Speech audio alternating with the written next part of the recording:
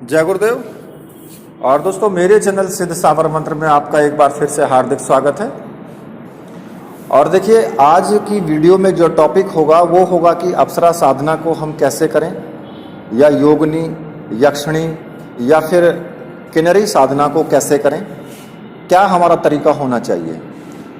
तो देखिए, वीडियो को आप पूरी देखना, क्योंकि ये वीडियो आपके लिए बहुत महत्वपूर्ण है। इस वीडियो को आप छोड़ करके ना जाएं और बीच में ही इसको बिल्कुल ना छोड़ें आप। और जो व्यक्ति मेरे चैनल पर नए हैं उनसे भी मेरी रिक्वेस्ट है कि चैनल को सब्सक्राइब ज़रूर कर लें और साथ में ही बेल के बटन को भी प्रेस कर लें, ताकि जो भी मैं लेटेस्ट वीडियो डालूँ उसका नोटिफिकेशन आपको मिल जाए और वो वीडियो आप देख लें। वरना आप उस वीडियो को फिर नहीं देख पाएंगे तो वो आपसे वंचित रह जाएंगे उस वीडियो से। तो इसी के साथ अब मैं वीडियो को आगे बढ़ाता हूँ, क्योंकि मुझे पता है कि वीडियो थोड़ा लंबा हो जाएगा, तो इसलिए मैं थोड़ा जल्दी आपको वीडियो स्टार्ट कर देता हूँ। तो देखिए, गुरु के बारे में मैंने पिछली वीडियो में आपको बता दिया है कि गुरु के संबंध में हमें क्या करना चाहिए, ठीक है। क्योंकि अगर आपके गुरु हैं तो ठीक है, गुरु मंत्र का जाप आपको जरूर करना है और गुरु जी की आज्ञा लेकर के ही आपको साधना करनी है। अगर गुरु नहीं है तो भगवान शिव को गुरु मान करके ये साधनाएं आप कर सकते हो, ठीक है। सूक्ष्म संक्षेप में मैंने आपको बता दिया है, ज़्यादा डिस्क्रिप्शन मैंने नहीं दिया, क्योंकि पिछली वीडियो में मैंने डिस्क्रिप्शन दे चुका हूं मैं, ठीक है। तो यहाँ पर थोड़े से शब्दों में आप समझ लेना कि भगवान शिव को गुरु मान करके ये साधनाएं की जा सकती हैं, बस दैट्स ऑल। अब आती है बात कि कैसे करें। तो देखिए, सर्वप्रथम आपको क्या करना है। सर्वप्रथम मैं मोटे मोटे तौर पे बताऊंगा, मैं वो चीज़ नहीं बताऊंगा कि आप पीला कपड़ा लगाएं, लाल कपड़ा लगाएं, या फिर आसन कौन से रंग का होगा, ये कौन से रंग का होगा, वो कौन से रंग का होगा। ये सब चीज़ें मैं नहीं बताऊंगा इसमें, क्योंकि वो उसके लिए मैंने साधना पूरी दी है दूसरी वीडियो में। यहाँ मैं आपको मोटे मोटे तरीके आपको बताऊंगा कि आपको क्या क्या करना चाहिए, बस, ठीक है। अब बात आती है कि सबसे पहले आपको गुरु पूजन और गुरु मंत्र की 1 या 2 माला का जाप तो आपको जरूर करना ही है। उसके बाद आपको भगवान गणेश के पूजन करना है और भगवान गणेश जी से प्रार्थना करनी है कि मेरी जो साधना है उसको निर्विघ्न आप संपन्न करें, ठीक है। और उसमें 1 माला भगवान गणेश के मंत्र की आपको जरूर जाप करना है, चाहे ओम श्री गणेशाय नमः का कर लो या फिर वक्रतुंडाय हुम इस मंत्र से कर लो।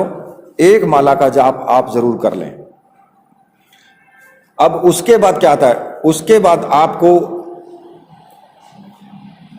10 दिशाओं का बंधन भी करना है और उस बंधन में आपको एक शर्त रख देनी है कि केवल अप्सरा के अलावा अपने मतलब कि बोल करके ही, अपने मन से बोल करके ही, कि केवल अप्सरा के अलावा कोई भी शक्ति मेरे पास में नकारात्मक शक्ति आने ना पाए।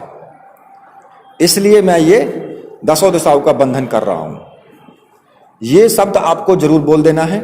उससे क्या होगा कि और कोई शक्ति उस बंधन को तोड़ करके नहीं आ पाएगी, बाकी अप्सरा आपके पास आ सकती है, क्योंकि अप्सरा को आप बुला ही रहे हैं तो वो आ सकती है। तो उसमें मैंने आपको साबर मंत्रों में भी वो मंत्र मैंने आपको बताया है कि साबर मंत्र की साधना कैसे करनी चाहिए। पिछली वीडियोस में मैंने दिया है वो मंत्र, ठीक है। तो फिर भी मैं एक बार बता देता हूं। वो मंत्र है वज्र नखाय महादंताय 10 दिशो बंद बंद हूम फट स्वाहा। इस मंत्र को पढ़ते हुए सभी दिशाओं में जल के छींटे फेंक दें आप, मतलब कि जल के छींटे अपने चारों तरफ दे दें, तो 10 दिशाओं का बंधन हो जाएगा। अब उसके बाद क्या आता है, उसके बाद आपको भैरव जी, चाहे बटुक भैरव की करो या भैरव जी की करो, भैरव जी के पूजन करना है और भैरव जी से प्रार्थना करनी है कि मेरी जो मैं पूजा कर रहा हूं, जो भी साधना कर रहा हूं, उसमें आप मेरी सहायता करें और मेरा जो ये साधना है उसको निर्विघ्न संपन्न कराएं और कोई भी किसी भी तरह की शक्ति मेरा अहित ना कर पाए, इसके लिए मैं आपकी पूजा कर रहा हूं। तो अब क्या होगा, आप जब भैरव जी का पूजन कर लेंगे तो एक माला भैरव मंत्र की आपको जरूर करनी है। अब कौन से मंत्र की करें? मैंने बटुक भैरव जी का मंत्र दिया हुआ है, पहले मैंने वीडियो भी दी है एक बटुक भैरव साधना, उस मंत्र को भी आप एक माला मंत्र जप सकते हैं। वो मंत्र है ओम ह्रीम बटुकाय आप दुद्धारणाय कुरु कुरु बटुकाय ह्रीम ओम। अब इसमें आप दुद्धारणाय का मतलब क्या है कि जो भी आपत यानी कि आफत मेरे पे आने वाली है उसका उद्धार आप पहले से पहले ही कर दीजिए। तो इस मंत्र का यह अर्थ है कि हे बटुक भैरव जी, जो मेरे पे आफत आने वाली हैं उन सभी आफतों का उद्धार करो। उद्धारक हो मतलब कि जो बटुक भैरव हैं वे आपत्ति उद्धारक हैं, ठीक है। तो जो आपके ऊपर आपत्ति आने वाली है वो उद्धारक देव हैं बटुक भैरव। तो अगर आपने इनके एक माला मंत्र का जाप कर लिया तो आफत आने का मतलब ही नहीं होता, ठीक है, क्योंकि वो अब जो जिम्मेदारी है वो जिम्मेदारी बटुक भैरव महाराज की हो जाती है। तो उनको आपकी रक्षा करनी पड़ेगी और कोई भी अगर आपत्ति आती है तो फिर उनको रक्षा आपकी करनी पड़ेगी। अब आते हैं आगे, जो सामग्री है, सामग्री मैंने आपको बताई दी है कि आपको माला, यंत्र और रक्षा माला और एक जो आपको सम्मोहन गुटिका है वो गुटिका रखनी है यंत्र के पास में ही, और रक्षा माला को अपने गले में धारण करना है। तो अब देखिए मैं आपको कितनी 3 चीजों से आपको प्रोटेक्ट किया है। 3 चीजों की रक्षा जो है आपकी वो इतनी अभेद है कि आपको सुरक्षा घेरा लगाने की आवश्यकता ही नहीं है। मैंने 3 तरह से आपको प्रोटेक्ट किया है रक्षा विधान से कि आपको जो गले में रक्षा माला है, आपके गणेश जी का मंत्र है, भैरव जी का मंत्र है, अब उसके बाद फिर आपको अप्सरा माला से आपको अप्सरा के मंत्र का आपको जाप करना है। चाहे आप किसी भी अप्सरा के मंत्र का जाप करें, चाहे आप नाभि दर्शना का करें, चाहे उर्वशी का करें, चाहे शशि देव्या हो, तिलोत्मा हो, रंभा हो, मेनका हो, कोई भी हो, विधि आपकी यही रहेगी जो मैंने आपको बताई है। सभी साधनाओं में चाहे आप योगनी करें तब भी यही विधि रखना है आपको, चाहे आप यक्षिणी की करें तब भी यही विधि रखना है आपको, किन्नरी की करेंगे तब भी आपको यही विधि रखना है। चाहे किसी भी किन्नरी की करें, किसी भी योगनी की करें या फिर किसी भी यक्षिणी की करें और किसी भी अप्सरा की करें, विधि आपको सेम यही रखनी है।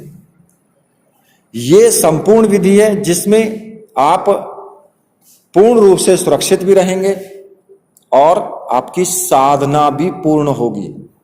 क्योंकि जब आप इन सभी चीजों का, इन सभी देवों का पंचोपचार पूजन करके चलेंगे तो अप्सरा बहुत नीचे लेवल में है, इनसे तो बहुत नीचे लेवल में है, वो तो इनकी दासी है। तो इन देवों की जब आप पूजा करके चलेंगे, कहेंगे ना कि अगर आप अधिकारी के पास बैठे हैं जाकर के, मानो कि अगर आप अधिकारी के पास जाकर के बैठे हैं तो चपड़ासी की क्या बिसात है कि चपड़ासी वहां ना आए बुलाने से। अरे अधिकारी अगर एक बार बैल बजाएगा तो चपरासी दौड़ा दौड़ा आएगा, आएगा कि नहीं आएगा? तो फिर तो जब ये बड़े देव यहां पर बैठे हैं, भगवान भोले बैठे हैं, भोलेनाथ और भैरव जी बैठे हुए हैं और इन सभी का पूजन करके आप चल रहे हैं, इन सभी से प्रार्थना कर रहे हैं कि अप्सरा आनी चाहिए, तो अप्सरा की फिर क्या वो रह जाता है कि वो ना आए, इनके बुलाने से ना आए। तो आप समझिए बात को, ठीक है। तो अब इसमें आपको मैंने आपको बता दिया है कि किसी भी देव की अगर आपको साधना करनी है, किसी भी चाहे आप अप्सरा की करो, यक्षिणी, योगिनी, किन्नरी, किसी की भी साधना करो, तो आपको इसी प्रकार से आपको साधना करनी है। अब आती है बात कि आप कितनी माला जपें। देखिए, जो नॉर्मल चीज होती है, नॉर्मल जो साधना होती है, वो प्रत्यक्षीकरण के लिए 21 दिन तक 21 माला का जाप होता है। आप आगे बढ़ा भी सकते हो, 31 दिन तक 21 माला या 11 माला का जाप कर सकते हो, 41 दिन तक भी कर सकते हो और 51 दिन तक भी कर सकते हो। वो आपके ऊपर डिपेंड है कि आप कितनी मेहनत कर सकते हो एक बार में। और कहते हैं ना कि भाई 11 दिन हमने की साधना और या 21 दिन की, लेकिन जी हमको कोई अनुभव नहीं हुए।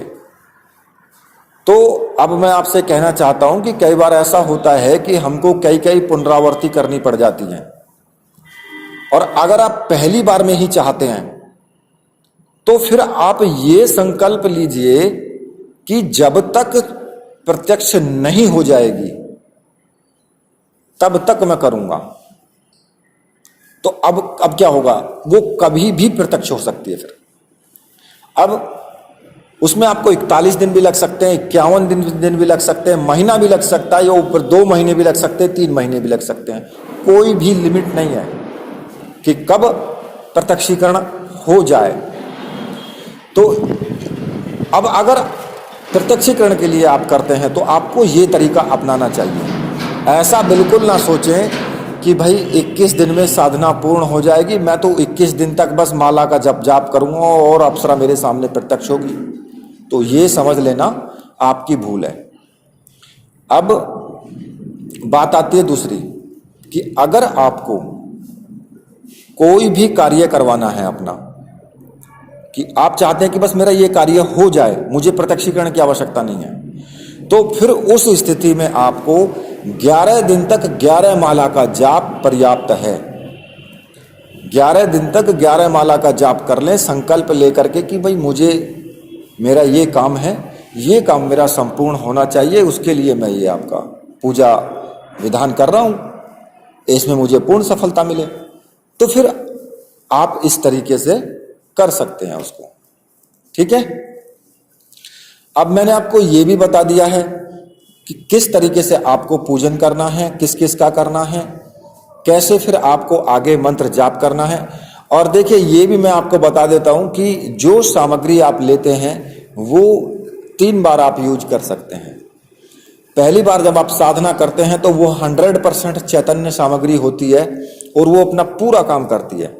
तो मेरा विचार ये है कि अगर आप उसी पहली बार में ही साधना को लंबा खींचे तो आपके लिए ज्यादा उचित है। जब आप दूसरी बार उस सामग्री से साधना करते हैं तो फिर उस सामग्री के अंदर 50% उसके अंदर सामर्थ्य रह जाती है, 50% उसकी सामर्थ्य खत्म हो जाती है।